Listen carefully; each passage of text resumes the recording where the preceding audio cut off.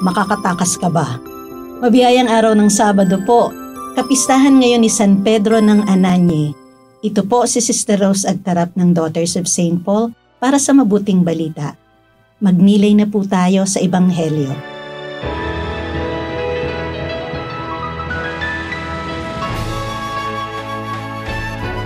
Umabot kay Haring Herodes ang katanyagan ni Jesus at sinabi niya sa kanyang mga kasangbahay, Si Juan Bautista siya!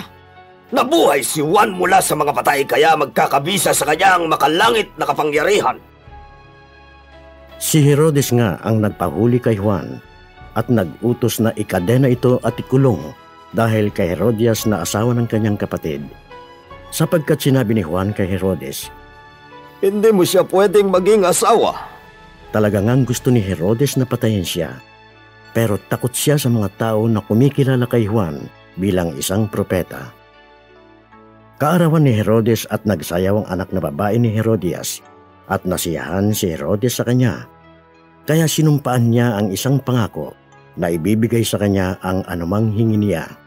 At sinabi ng babae, ayon sa turo ng kanyang ina, Ibigay mo rito sa akin ang ulo ni Juan Bautista. Nasaktan ng hari, ngunit napanumpaan na niya ang pangako sa harap ng mga bisita, kaya iniutos niya na ibigay iyon sa kanya.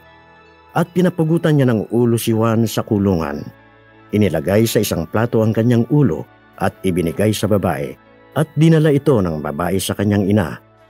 At pagkatapos ay dumating naman ang mga alagad ni Juan at kinuha ang kanyang katawan at inilibing. At pagkatapos ay ibinalita nila ito kay Jesus.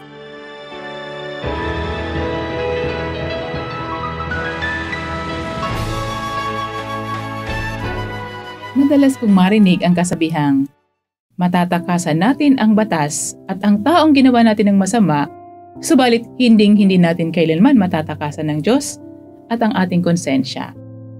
Alam ng Diyos ang ating iniisip at nakikita niya ang lahat ng ating ginagawa. Kaya nagsasalita siya sa pamamagitan ng ating konsensya.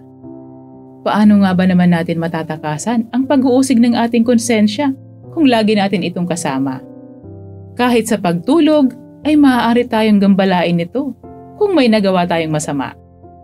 Ang masamang gawa natin ay parang multong laging nakabuntod sa atin. Sa palagay ko, ito ang nararanasan ni Haring Herodes sa ating mabuting balita ngayon. Binabagabag siya ng kanyang konsensya dahil sa pagpapugot niya sa ulo ni Juan Bautista. Kaya ang tingin niya kay Jesus ay si Juan na muling nabuhay.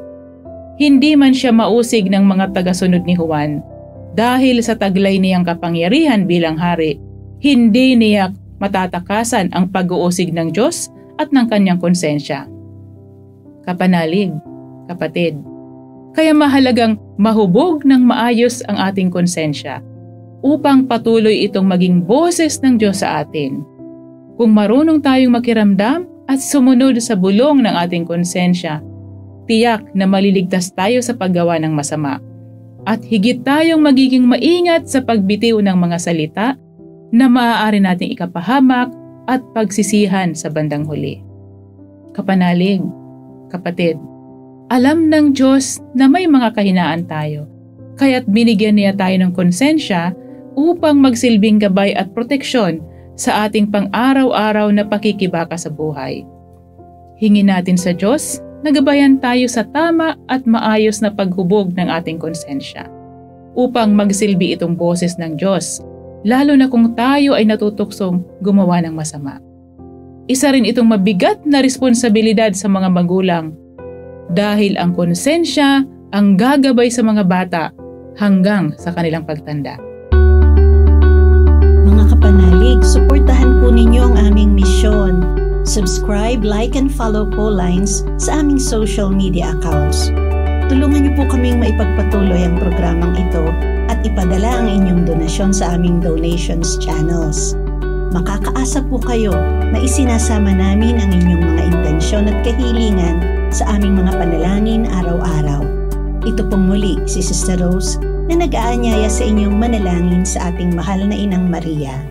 Maria, Reyna ng bawat puso at aking inang iniakyat sa langit, minamahal kita. Bigyan mo ako ng higit na pagmamahal kay Jesus at sa iyo. Reyna ng sansinukob, makamit nawa namin ang kapayapaan at kaligtasan sa pamamagitan ng iyong mga panalangin. Kay Kristong Panginoon, ang tagapagligtas ng lahat ng sangkatauhan.